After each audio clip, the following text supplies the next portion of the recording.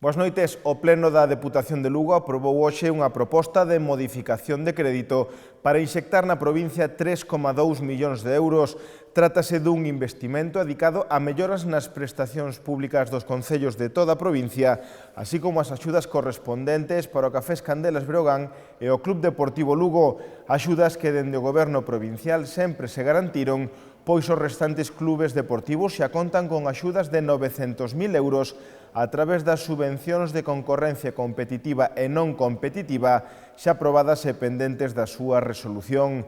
Entre outras actuacións, mellorarase o estado de moitas estradas, abastecementos de auga ou mellora e rehabilitación de edificios municipais. A proposta saiu adiante cos votos a favor de todos os grupos con representación na corporación, agás do deputado non adscrito Manuel Martínez, que votou en contra non ter acceso ás contas. A facer convenios cos diferentes concellos de todos os colores políticos e para axudar as nosas sociedades anónimas deportivas, neste caso o Club Deportivo Lugo e o Breogán, porque, bueno, creo que necesitan un impulso desta Diputación e da sociedade. Favoreceremos que se aprobe unha modificación presupuestaria que supera os 3 millóns de euros. Seguimos un pouco suplindo a acción de goberno, iso vai a permitir que se executen obras en varios concellos da nosa provincia, independentemente da cor política, sino priorizando ese tipo de obras, abastecemento de augas, infraestructuras viarias e incluso algunhas tamén de servicios sociais. Continuamos un pouco intentando os acordos, intentando as reunións pensando no ben da provincia, apostamos porque continúe un funcionamento máis ou menos normalizado desta institución, toda vez que, aínda na mañá de hoxe, volvemos a comprobar que o presidente non pode garantizalo. Se non podo estar na Comisión de Contas e non podo ter a documentación para estudiar, presentar as miñas alegacións ou considere pertinentes sobre esas contas, non as vou votar en contra, ou sea, vou nas a votar en contra. E no Pleno, o deputado non adscrito Manuel Martínez protestou de novo pola posición que ocupan os deputados do Bloque Nacionalista Galego. O igual que fixera no Pleno de xullo, Martínez asegurou que os membros do BNG non se deben sentar nas ringreiras de diante. O grupo do BNG non é grupo de goberno nestes momentos, eu creo que debe de estar, como dixen naquel momento, a miña dereita, na parte de atrás. Incidir neso, xa sei que o servicio de protocolo probablemente durante o mes de agosto estuvera de vacacións e non tuvo tempo a facer esa reubicación, pero eu creo que o lóxico ocurre en todos os parlamentos, concellos, non sei en que outras entidades públicas se pode facer esta colocación, cada un ten que estar no seu sitio. E aquí, físicamente, o Bloque Nacionalista Galego ten unha sobre-representación física que non lle corresponde. Eu creo que pido que se rectifique esa situación.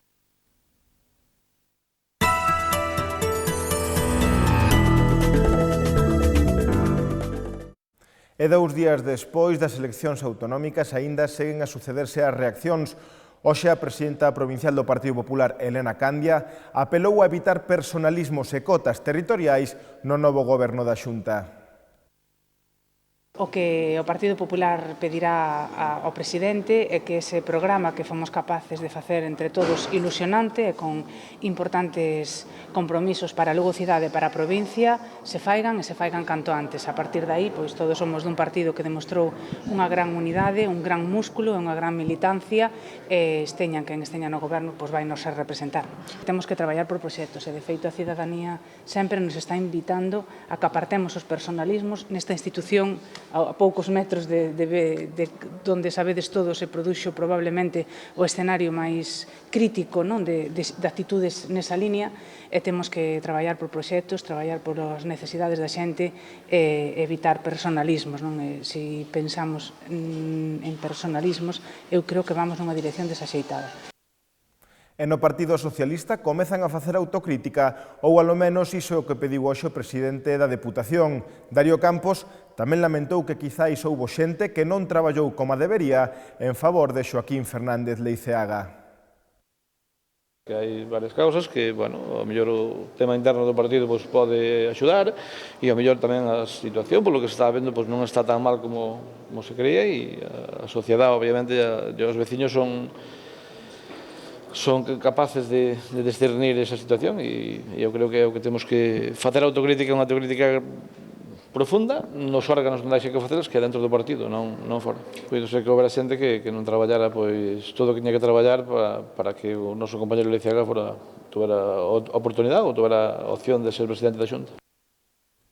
Pero o deputado non adscrito e alcalde de Becerrea, Manuel Martínez, culpou dos malos resultados do Partido Socialista a dirección en diferido que fai do partido, na súa opinión, o exsecretario xeral dos socialistas galegos, José Ramón Gómez Besteiro. En principio, creo que as eleccións eran unha crónica xa dun desastre anunciado polo planteamento tanto da campaña electoral como pola actuación da gestora, que non ten sentido ningún que dúas persoas, tanto a gestora de Lugo como a gestora de Santiago, non hayan intervenido, nin hayan feito declaración ninguna, incluso en estes momentos non hayan asumido a súa responsabilidade polos resultados, que creo que son consecuencia da inactividade e da paralización dun partido que está dirigido en diferido por dúas persoas, o sea, de que estas gestoras son títeres deste responsable político que se empeña en seguir por detrás de manejar o partido, el presidente y algún asesor o asesora que tiene, que ya lo controlaban antes, lo quieren seguir controlando, y yo creo que lo decente y lo honrado políticamente era que dejaran que el partido se convocara ya tanto a nivel nacional como a nivel provincial, el Comité Provincial y el Comité Nacional, y que decidieran libremente qué es lo que se va a hacer.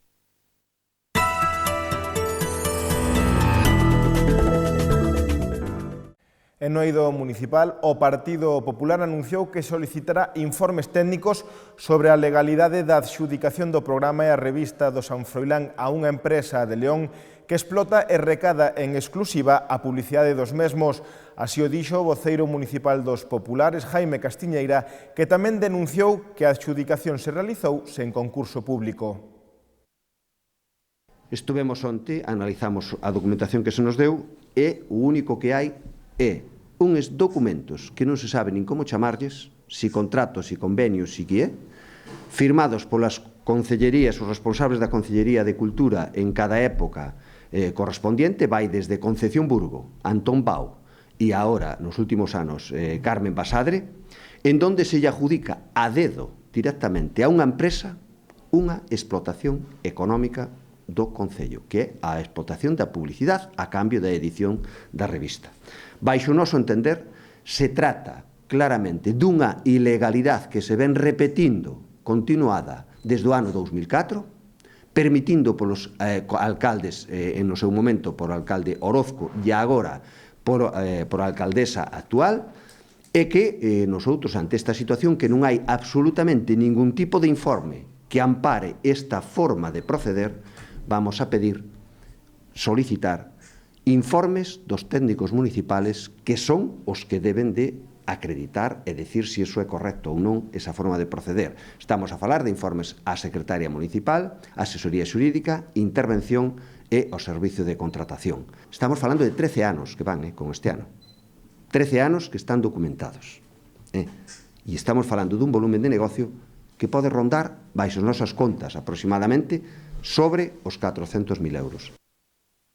E hoxe celébrase o Día Mundial do Turismo, unha efeméride que este ano se adica ao turismo accesible e por iso membros de Predif e de Auxilia Lugo se reuniron esta mañá coa edil de Cultura Carmen Basadre para presentar unha guía de 4 rutas accesibles da cidade. O obxectivo non é outro que promover a mellora das cidades para que sexan máis accesibles e así facilitar que as persoas con mobilidade reducida poidan disfrutar do turismo en igualdade de condicións. Despois da presentación, deron un paseo pola muralla e tiveron unha visita guiada no Museo Provincial.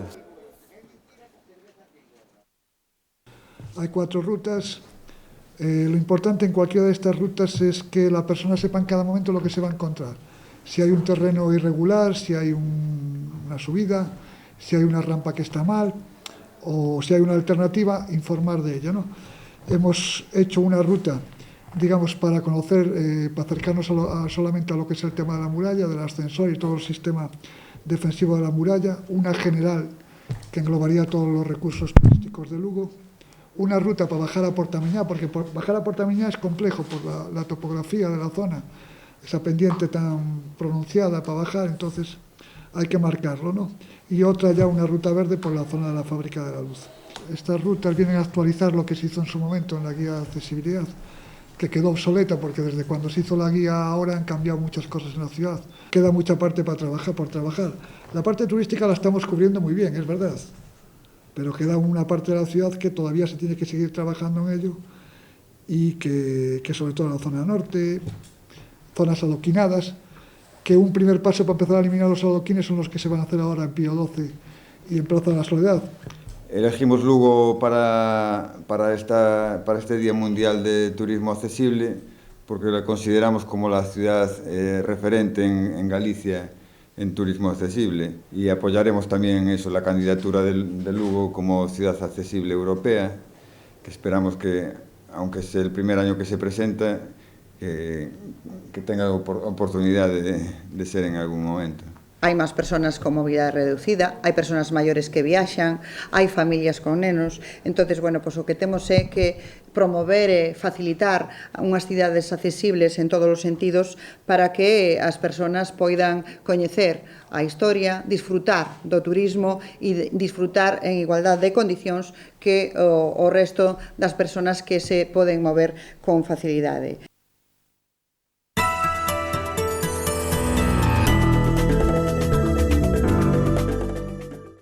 O Grupo Tusa fíxose finalmente coa propiedade do Gran Hotel Lugo. A cadea hoteleira do empresario chantadino Amancio López Seijas gañou a poxa cunha oferta de 6,9 millóns de euros. Ademais, dende a cadea hoteleira, anunciaron que se comprometen a manter no plantel os 24 traballadores do 4 estrelas. O Gran Hotel Lugo xa ten novo propietario.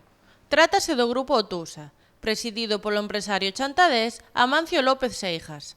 A cadea hostaleira fíxose co 4 estrelas da avenida Ramón Ferreiro por 6,9 millóns de euros, a mellor das 5 ofertas que se presentaron, segundo informa hoxe o diario El Progreso. Os outros 4 aspirantes foron os empresarios locais Jesús Lence e Damaso Expósito, a cadea Barceló e un grupo inversor ourensán. Malia que a do Tusa non foi a oferta económica máis alta, xogou ao seu favor o seu compromiso de manter a toda a plantilla do hotel, formada por 24 traballadores fixos, xa que este era un dos puntos establecidos pola administración concursal para valorar a poxa. O Grupo Tusa terá que depositar, nas vindeiras semanas, o 10% do importo ofrecido e os máis de 6 millóns restantes cando se formaliza ante notario a escritura da compra. Coa resolución deste procedimento, ponse fin aos problemas económicos que o Gran Hotel arrastraba e que o levaron a entrar en concurso de acredores na primavera do ano pasado. Isto foi todo pola nosa parte, pero lembren que poden seguir informados a través do xornal El Progreso e do portal do Grupo El Progreso, galiciae.com. Deixámolos agora con imaxes da exposición Misión Atlanta que se pode ver no Círculo das Artes, pero lembren que voltamos nuns minutos coa información deportiva. Ata agora.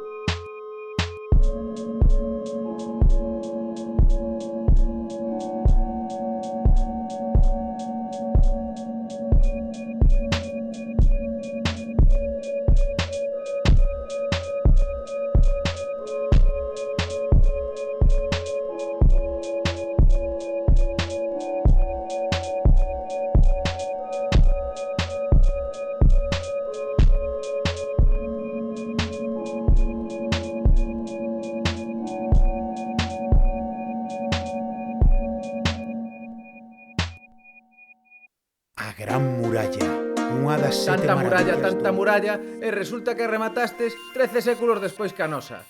Menos lobos, que aquí non pintades nada. Poida que en colores non veñamos pintando dende hai séculos, pero sen dúbida, de pintura sabemos un chisquiño. Ou si que vos tomades as cousas con calma, máis de 2000 anos, mi madriña.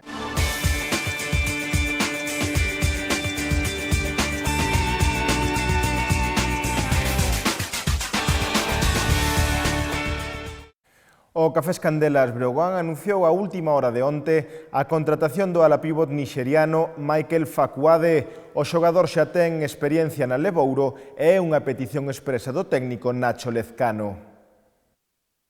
Es un jugador que valorábamos mucho desde el principio, pero que no nos resultaba inaccesible y bueno, ahora a última hora se ha puesto a tiro y hemos podido traerle. Es un jugador con experiencia ya en la liga, con un último año muy bueno, que ha ido en crecimiento. Nos puede aportar en las posiciones de 4 y de 5, sobre todo más en la de 4. Y bueno, es un jugador fuerte, polivalente, explosivo, que nos va a ayudar mucho en el rebote, que incluso puede llegar a intimidar a pesar de no ser muy alto, y que esperemos que también nos ayude en anotación. Así que es un jugador bastante completo. Estaba buscando otro jugador que nos ayude a completar la plantilla. Lo normal es que sea un 5, pero bueno, estamos abiertos a mirar un poco cuáles son las necesidades del equipo.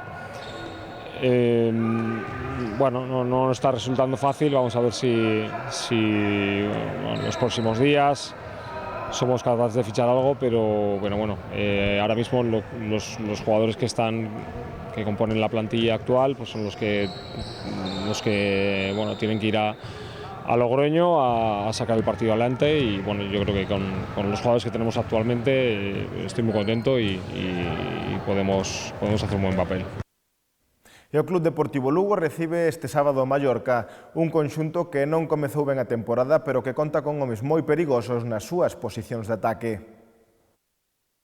Sí, ellos son un buen equipo, ¿no? Tienen gente arriba muy importante, ¿no? Lo has dicho tú, Julio, Yago Luno, son gente muy padre, ¿no? Bueno, tenemos que hacer nuestro trabajo aquí en casa, jugamos en casa, ¿no?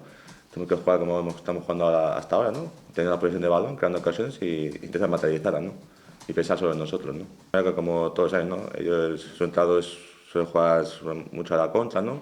Ellos juegan fuerte, intentan pues, hacer su juego aquí, no salir a la contra, y bueno, nosotros vamos a tener el balón, ¿no? Como siempre, intentar llegar por bandas, crear ocasiones y materializarlas, ¿no? Lo que pasaba al principio de temporada no era muy normal, ¿no? Eran fallos individuales de mucha gente, ¿no? Incluido yo, ¿no? Y bueno, pues hemos corregido esos defectos individualmente, ¿no? Ahora somos un grupo más homogéneo, no tenemos tantos fallos y bueno, y ahí se está notando, ¿no? Que llegamos al equipo, pues ahora el equipo lleva 4 jornadas sin encajar un gol, y sabemos que sin encajar el gol, pues nosotros tenemos mucha dinamita arriba, ¿no? E ata aquí a información deportiva de hoxe. Que teñan moi boa noite e ata mañá.